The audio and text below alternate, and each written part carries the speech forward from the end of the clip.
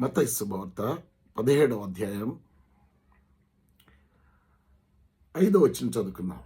అతడు ఇంకనూ మాట్లాడుచుండగా, ఇదిగో ప్రకాశమానమైన ఒక మేఘము వారిని కమ్ముకొనెను అన్నాడు. ప్రకాశమానమైన మేఘము వారిని కమ్ముకొనెను. ఇదిగో ఈయన నా ప్రియకుమారుడు అన్నాడు. ఆ మేఘంలో నుంచి వచ్చిన ఒక మాట ఏంటి అనంటే, ఈయన నా ప్రియకుమారుడు, ఈయన యందు నేను ఆనందించుచున్నాను. ఈయన మాట వినుడని ఒక శబ్దము ఆ మేఘంలో నుండి పుట్టెను. ఓకే, సో ఇది నేటి మన వర్తమానం. దేవుడు మనతో మాట్లాడుతూ ఉన్నాడు. దేవుని కృపగల నామానికి మహిమ కలుగును గాక. ఆయన చెప్తున్నాడు, రూపాద్రపు కొండ మీద మరి ఆయన శిష్యులు ముగ్గురు అక్కడ ఉన్నారు. ఆ ముగ్గురు శిష్యులు ఈ మాట విన్నారు. అది ఏంటి అనంటే, ఇదిగో ఈయన నా ప్రియ కుమారుడు అని యేసు ప్రభుని గురించి మేఘంలో నుంచి ఒక మాట వస్తుంది. ప్రకాశమానమైనటువంటి మేఘంలో నుంచి ఒక మాట వస్తుంది. ఆ మాట ఏంటి అనంటే, ఇదిగో ఈయన నా ప్రియ కుమారుడు, ఈయన యందు నేను ఆనందించుచున్నాను అన్నాడు. సో ఎందుకు దేవుడు అంటే మేఘంలో నుంచి మాట్లాడుతున్నటువంటి దేవుడు ఈయన నాకు ఇష్టమైన కుమారుడు అని అన్నాడు. ఈయన యందు నేను ఆనందించుచున్నాను అని చెప్పడానికి గల కారణం ఏంటి అంటే, యేసు ప్రభు వారు ఒకసారి మరి తప్పిపోయాడని చెప్పి వెతుక్కుంటూ తన తల్లి తన తండ్రి మరి ఆయన దగ్గరికి వచ్చినప్పుడు, ఎందుకయ్యా ఇలా నువ్వు చేసావనంటే, యేసు ప్రభు వారు ఏమంటాడు అనంటే, నేను నా తండ్రి పనుల మీద ఉన్నానని మీకు తెలియదా అని అంటాడు. ఏ పని మీద ఉన్నాడంట? తండ్రి పని మీద ఉన్నాడంట. తండ్రి చిత్తాన్ని ఈ లోకంలో నెరవేర్చే పని మీద ఉన్నాడట. అతి చిన్న వయసులో ఆయన ఏమంటున్నాడు తెలుసా? నేను నా తండ్రి పని మీద ఉన్నాను అన్నాడు. అందుకే తండ్రికి తన కుమారుడైన యేసుక్రీస్తు ప్రభువారంటే చాలా ఇష్టం. అందుకే ఆయన అన్నాడు, ఈయన నా ప్రియ కుమారుడు అని అన్నాడు. అందుకని యేసు ప్రభు వారి రక్తంలో మనం యేసు ప్రభునందు దేవునికి కుమారులుగా కుమార్తెలుగా చేయబడ్డాం. అయితే బైబిల్ ఏం చెప్తుంది అని అంటే, యేసు ప్రభుని గురించి ఈయన నా ప్రియ కుమారుడు అని చెప్తుంది. అండ్ మనల్ని ఈయన నా ప్రియ కుమారుడు అని చెప్పే స్థాయికి మనం ఆయన పని మీద ఉండాలి. ఎలా ఉండాలి? ఆయన పని మీద మనం నా ప్రియకుమారుడు అనిపించుకునే స్థాయిలో మనం ఆయన పని మీద ఉండాలి. ఆయన పని ఏంటి? ఆయన పని ఏంటి అని అంటే, అపోస్తలుడైన పౌలు చెప్తాడు, నా పరుగు కడముట్టించి తిని విశ్వాసమును కాపాడుకుంటుని అని చెప్తాడు అపోస్తలుడైన పౌలు కదా. కాబట్టి ఆయన పని ఎవరైతే కలిగి ఉంటారో, లేక ఆయన ఎవరు ప్రేమిస్తారో, ఆయన ప్రేమించడం అంటే ఆయన మాట ప్రకారం భూమి మీద చేయడం, అవునా? అది ఆయన పని.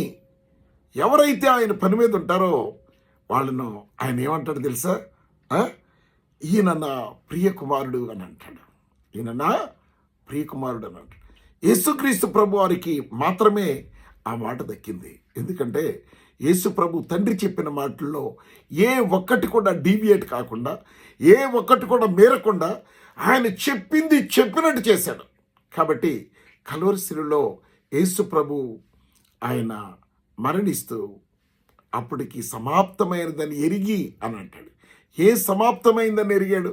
తండ్రి తనకు అప్పచెప్పిన పనంతా సంపూర్ణంగా చేశాను, నీ కొరకు నా కొరకు ఎంత రక్తాన్ని చిందించాలో, ఎన్ని దెబ్బలు కొరడాలతో కొట్టించుకోవాలో, ఎంత శిలువ భారాన్ని మొయ్యాలో, ఎంత అవమానాన్ని అనుభవించాలో, ఎన్ని వ్యాధులు రోగాలు నీకు సంబంధించినవి నాకు సంబంధించినవి ఆయన భరించాలో, ఆయన ఎలా మొత్తబడాలో, ఎలా మనల్ని రక్షించడానికి ఆయన తన కార్యాన్ని ఎలా చేయాలి అని చెప్పి అనుకున్నాడో అదంతా కూడా ఆయన ఏం చేశాడు?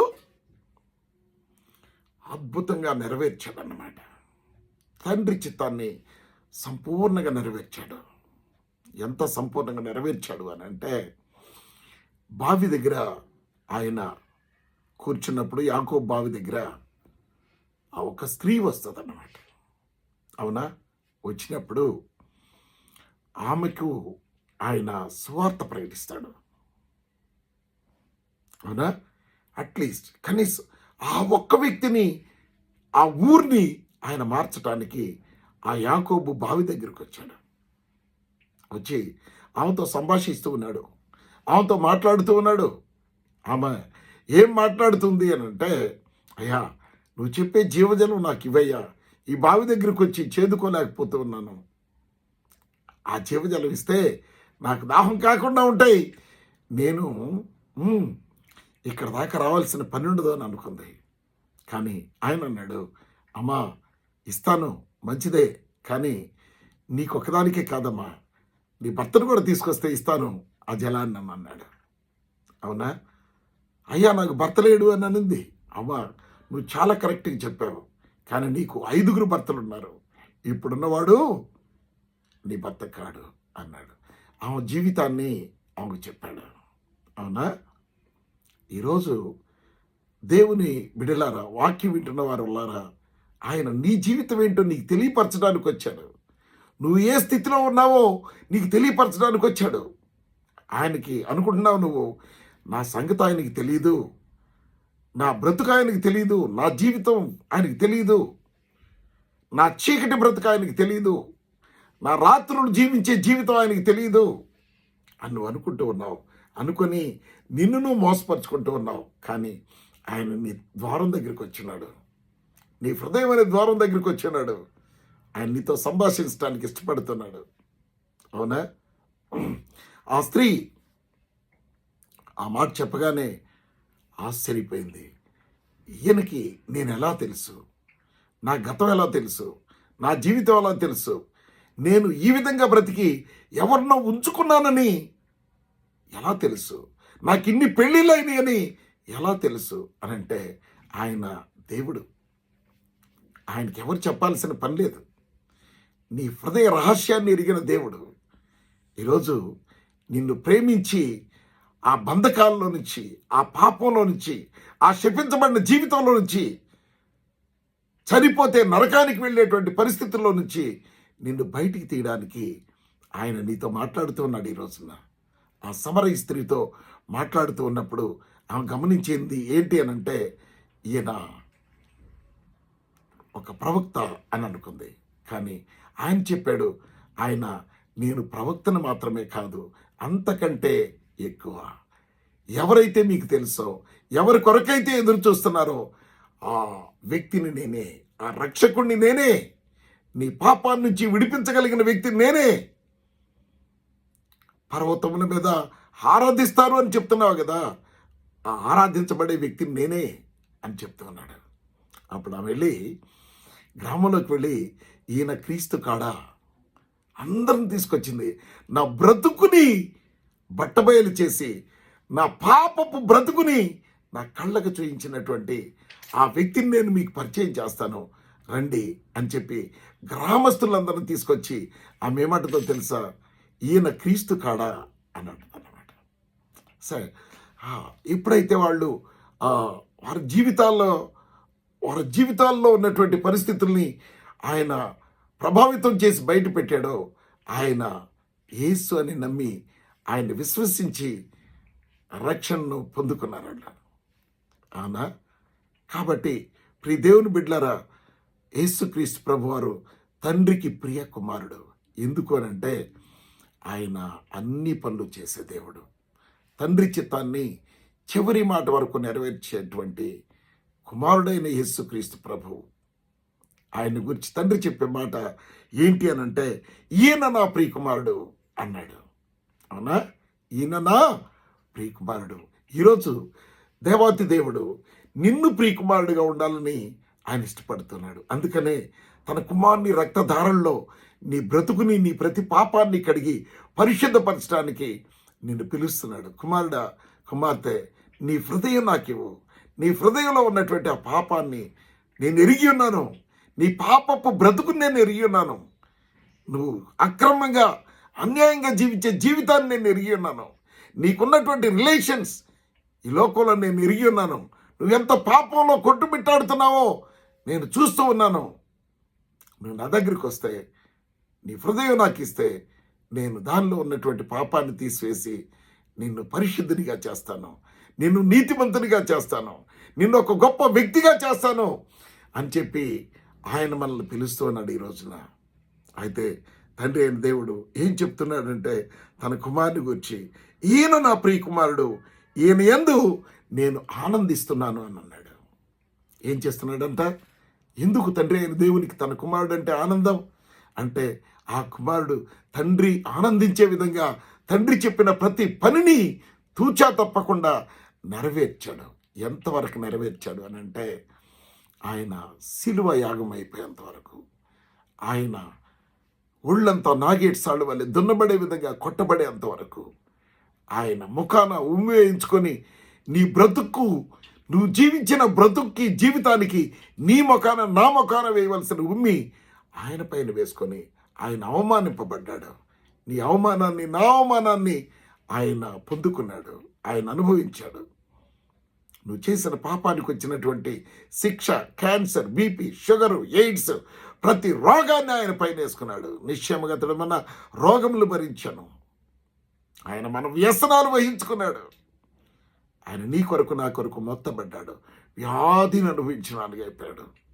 ఇదంతా మనకు జరగాల్సింది ఆయన పైన వేసుకున్నాడు. అది తండ్రి చిత్తం. తండ్రికి ఎంత ఇష్టమైంది తెలుసా?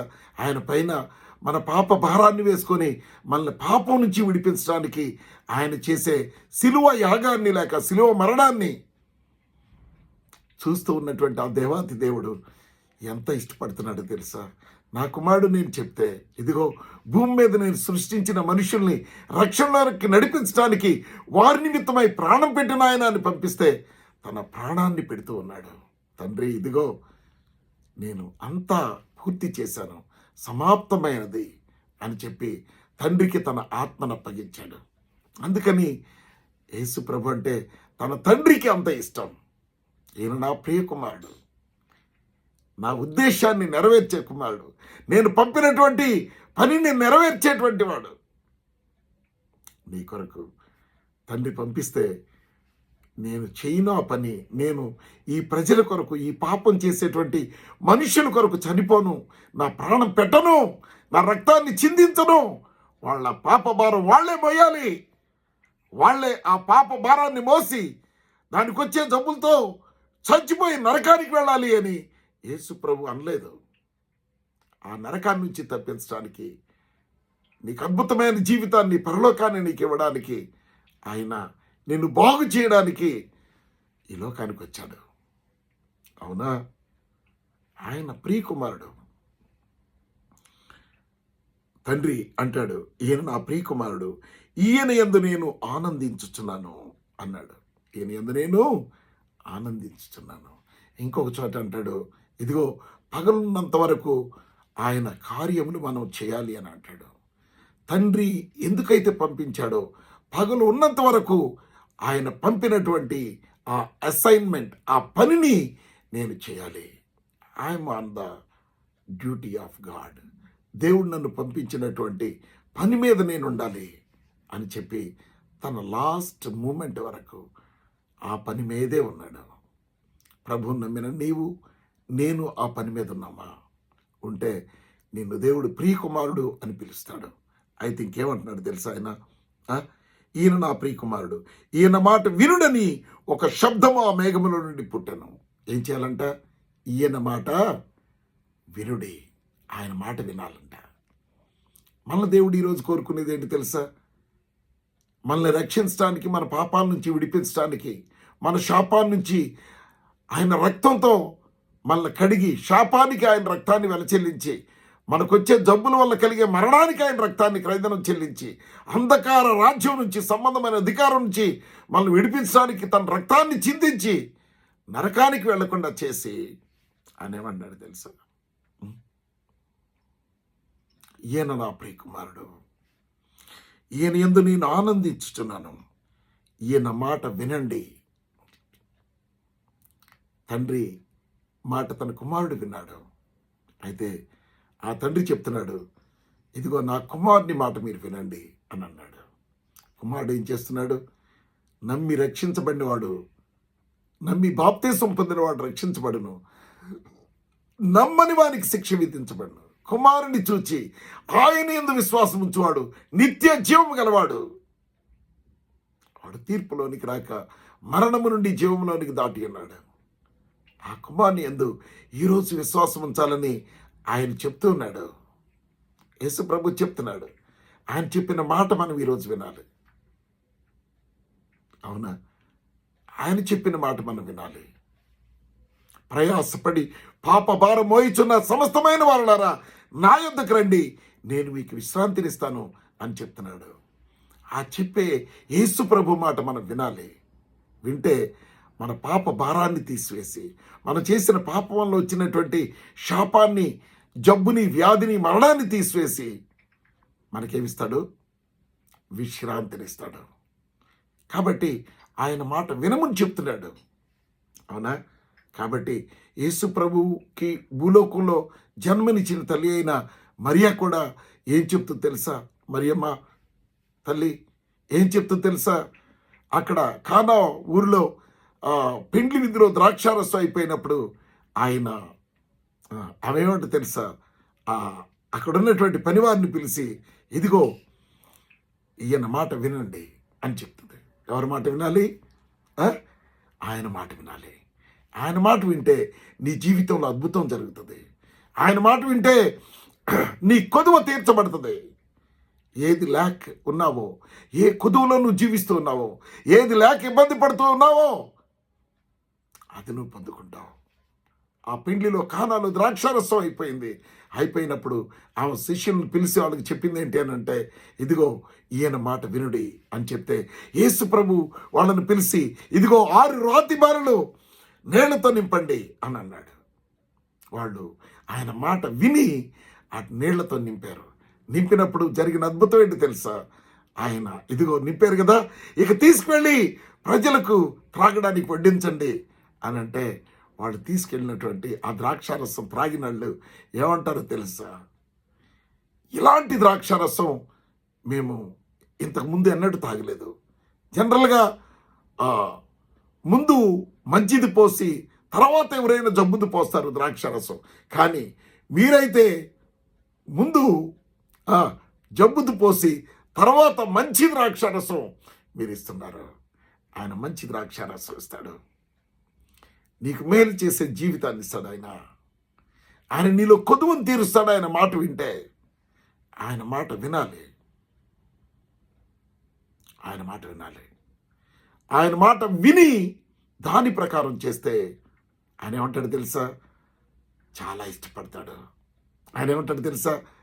నా మాట వినకుండా ప్రభువా ప్రభువా యేసు ప్రభువా యేసు ప్రభువా నన్ను ఎందుకు పిలుస్తారు? నా మాట వినకుండా నన్ను ఎందుకు పిలుస్తారు మీరు అని అంటాడు. ఆయన మాట వినకుండా మనం ఆయన్ని పిలిస్తే ఆయన ఏ సహాయం చేయలేడు. ఆయన ఏ మేలు చేయలేడు, మనకు ఏ స్వస్థత చేయలేడు, ఏ అద్భుతమైన జీవితంలో చేయలేడు. కానీ ఎప్పుడో తెలుసా? ఆయన మాట వినాలి.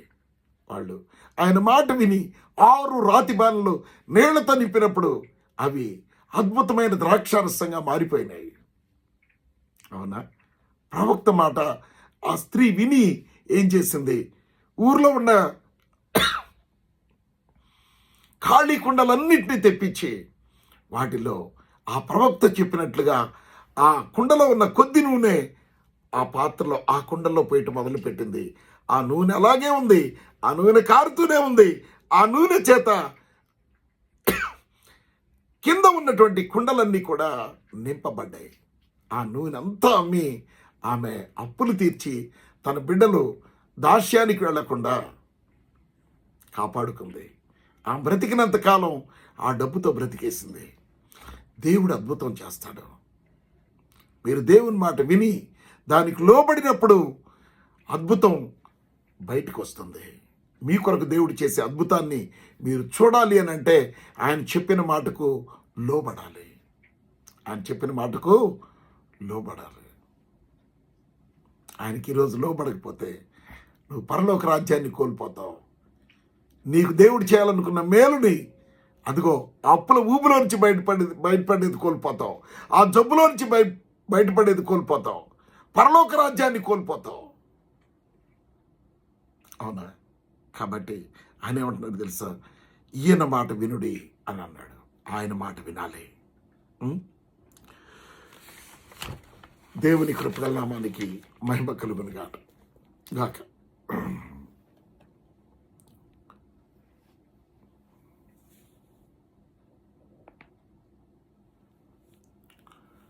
యోహాను సువార్త 5వ అధ్యాయం 24వ వచనంలో ఒక మాట చెప్తున్నాడు. ఆ మాట ఏంటంటే, నా మాట విని నన్ను పంపిన వాని యందు విశ్వాసం ఉంచేవాడు నిత్య జీవము గలవాడు అని అంటా ఉన్నాడు. ఆయన మాట వింటే ఈరోజు నీకు ఇచ్చే బహుమానం ఏంటి తెలుసా? ఇటర్నల్ లైఫ్, నిత్య జీవం. అంటే ప్రభుతో పరలోకంలో, అద్భుతమైన బంగారుతో కట్టబడిన లోకంలో, 12 వజ్రాలతో కట్టబడిన లోకంలో, పాపం లేని లోకంలో, వ్యాధి లేని లోకంలో, దరిద్రం లేని లోకంలో నువ్వు అద్భుతంగా ఆయనతో జీవించేటువంటి జీవితాన్ని నీకు ఇవ్వబోతున్నాడు. అది యోహాను సువార్త 5:24. నా మాట విని నన్ను పంపిన వాని యందు విశ్వాసం ఉంచేవాడు నిత్య జీవము గలవాడు. నీకు నిత్య జీవాన్ని ఇస్తాను. నువ్వు అర్ధాంతరంగా యాక్సిడెంట్లోనో జబ్బు వచ్చో చచ్చిపోవు, వ్యాధి వచ్చో చచ్చిపోవు, అనారోగ్యంతో చావు. నా మాట వింటే నేను నిన్ను చావకుండా కాపాడుతాను. నీకు పరలోకాన్ని సిద్ధపరుస్తాను. నేనుండే స్థలంలో నువ్వు ఉండేలాగిన నేను వచ్చి మరలా నిన్ను తీసుకువెళ్తాను అని యేసు ప్రభువు చెప్తున్నారు. విశ్వాసం చూడు, నిత్య జీవం గలవాడు. వాడు తీర్పులోనికి రాక మరణము నుండి జీవంలోనికి దాటి ఉండును అని అన్నాడు. నువ్వు చేసిన పాపానికి దేవుడు ఒక రోజును తీర్పు తీరుస్తాడు. ఆ తీర్పు తీర్చి ఆ పాపానికి తగిన శిక్షను నువ్వు భరించే విధంగా చేస్తాడు. ఆ శిక్ష నుంచి నిన్ను తప్పించడానికి ఆయన ఏమంటా ఉన్నాడు? నా మాట విను అని అంటా ఉన్నాడు. ఆయన మాట వినాలి. నా మాట విని నన్ను పంపిన వాని యందు తండ్రి అయిన దేవుడు తను పంపించాడు. ఎందుకు పంపించాడు తెలుసా? నీ కొరకే. ఆయన మాట విని పరలోక భాగ్యాన్ని పొందుకోవాలని, ఆయన మాట విని స్వస్థత పొందుకోవాలని, ఆయన మాట విని ఆశీర్వదించబడాలని, ఆయన మాట విని జబ్బులో నుంచి బయటికి రావాలని, అప్పులో నుంచి బయటికి రావాలని, నరకానికి వెళ్ళే జీవితంలో నుంచి బయటకు వచ్చి ఆ ఉన్నతమైనటువంటి పరలోక రాజ్యంలోనికి వెళ్ళాలని ఆయన నీకు పిలుపునిస్తూ ఉన్నాడు. ఆయన మాట వినమని చెప్తున్నాడు. అయితే ఆయన మాట వింటే నీకు నిత్య జీవాన్ని ఇస్తాడు. రెండోది, నిన్ను మరణములో నుంచి ఎక్కడికి దాటిస్తాడు? జీవములోనికి దాటి ఉన్నాడు అని చెప్తూ ఉన్నాడు. ఆయన మాట వింటే నువ్వు మరణాన్ని తప్పించుకుంటావు. అంటే అర్ధాంతర మరణాన్ని తప్పించుకొని రెండవ మరణమైనటువంటి నిత్య నరకాగ్నిని తప్పించుకుంటావు. నువ్వు చేసిన పాపానికి శిక్ష తప్పనిసరిగా అనుభవించాలి నువ్వు. అవునా? ఆ శిక్ష నువ్వు తప్పించుకుంటావు. దాన్నే మరణము నుండి జీవములోనికి దాటి ఉన్నాడు అని చెప్తున్నాడు అని మీతో నిశ్చయముగా చెప్తున్నాను అన్నాడు.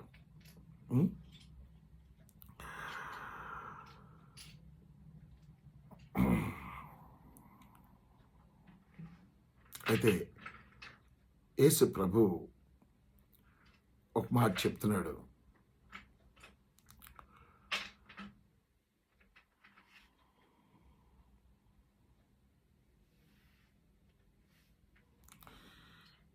యోహాను సువార్త 20వ అధ్యాయం 31వ వచనంలో ఆయన మాట్లాడుతున్నాడు. 20:31. యేసు దేవుని కుమారుడైన క్రీస్తు అని మీరు నమ్మునట్లు, నమ్మి ఆయన నామమందు జీవము పొందుకున్నట్లు.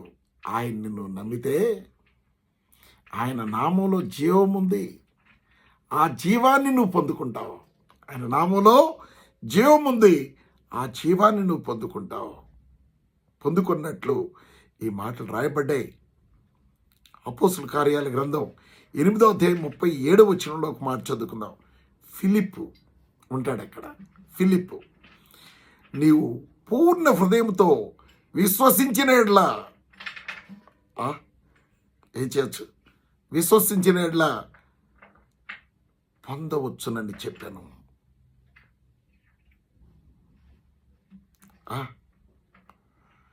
పూర్ణ హృదయంతో ఆయన్ని నమ్మాలి. పూర్ణ హృదయంతో ఆయన్ని నమ్మాలి. నమ్మినప్పుడు ఆయన చేసే అద్భుతాన్ని మనం అనుభవిస్తాం భూమి మీద. అవునా? అతడు యేసుక్రీస్తు దేవుని కుమారుడని విశ్వసించుచున్నానని ఉత్తరం ఇచ్చాను. అవునా? నీ జీవితంలో మరి నువ్వు పూర్ణ హృదయంతో ఆయన్ని కానీ నమ్మగలిగితే, ఆయన చెప్పిన మాటకు లోబడితే ఆయన ఇచ్చే ప్రతిదాన్ని నువ్వు పొందుకోవచ్చు.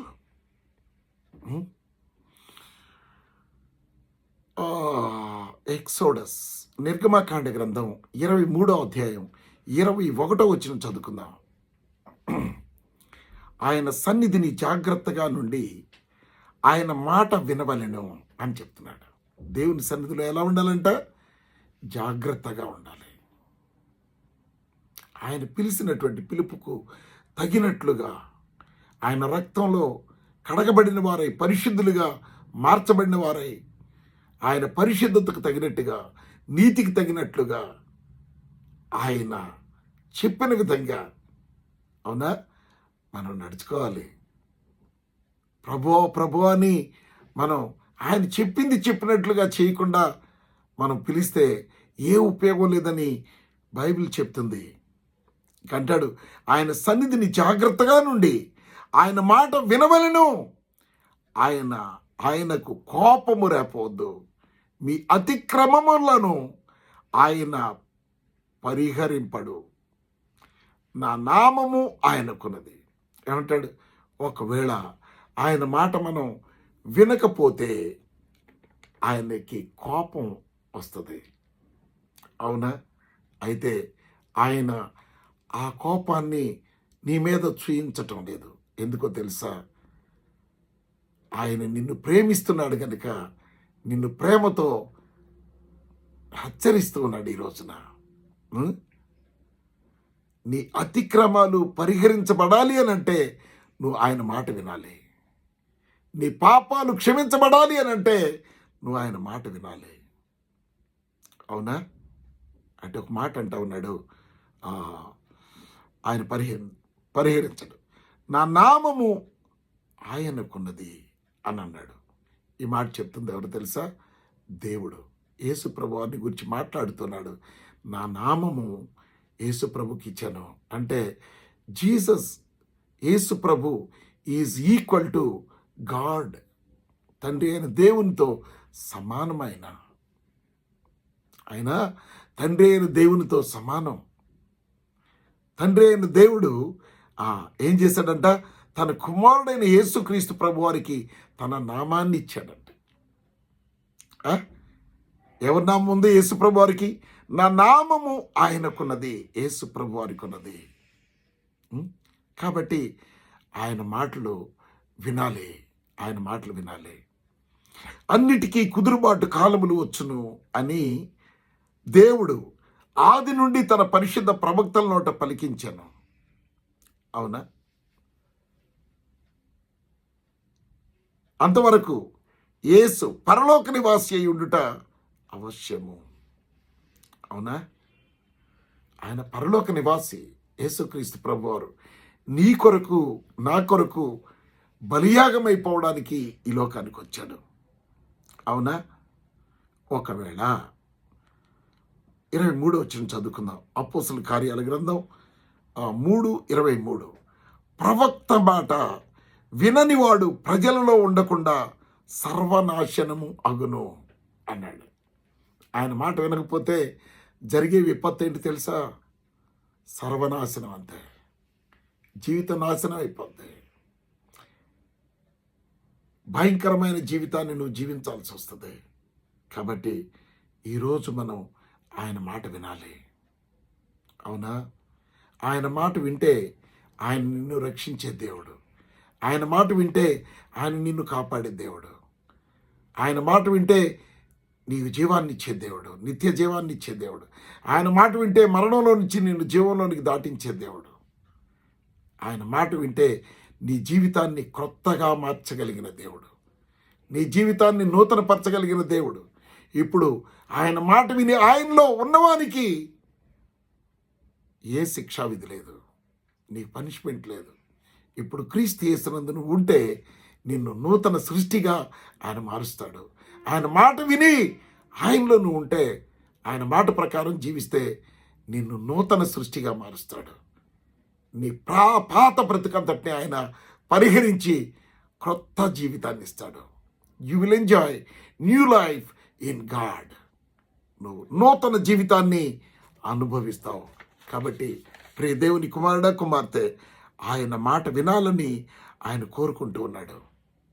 ఆయన మాట వింటే అద్భుతమైన జీవితం జీవిస్తావు. అంటే జీవితం జీవించడానికి ఈ రోజున ఆయన నీతో మాట్లాడినాడు కనుక ఆయన మాట విని ఆయనకు లోబడి ఆయన ఇచ్చేటువంటి రక్షణను, ఆయన ఇచ్చేటువంటి ఆశీర్వాదాన్ని, ఆయన ఇచ్చేటువంటి ఆరోగ్యాన్ని, ఆయన ఇచ్చే పరలోకాన్ని మనం పొందుకోవాలని ఆయన ఆశిస్తూ ఉన్నాడు. నీకు ఆయన మాట వినాలని అనిపిస్తే ప్రభువా నేను పాపిని, నన్ను కరుణించు అని ప్రార్థన చేయి. ప్రభు నిన్ను కరుణించి ఆయన నీకు మేలు చేస్తాడు. దేవుడి వాక్యం మన కొరకు ఆశీర్వదించును గాక. ఆమెన్. God bless you.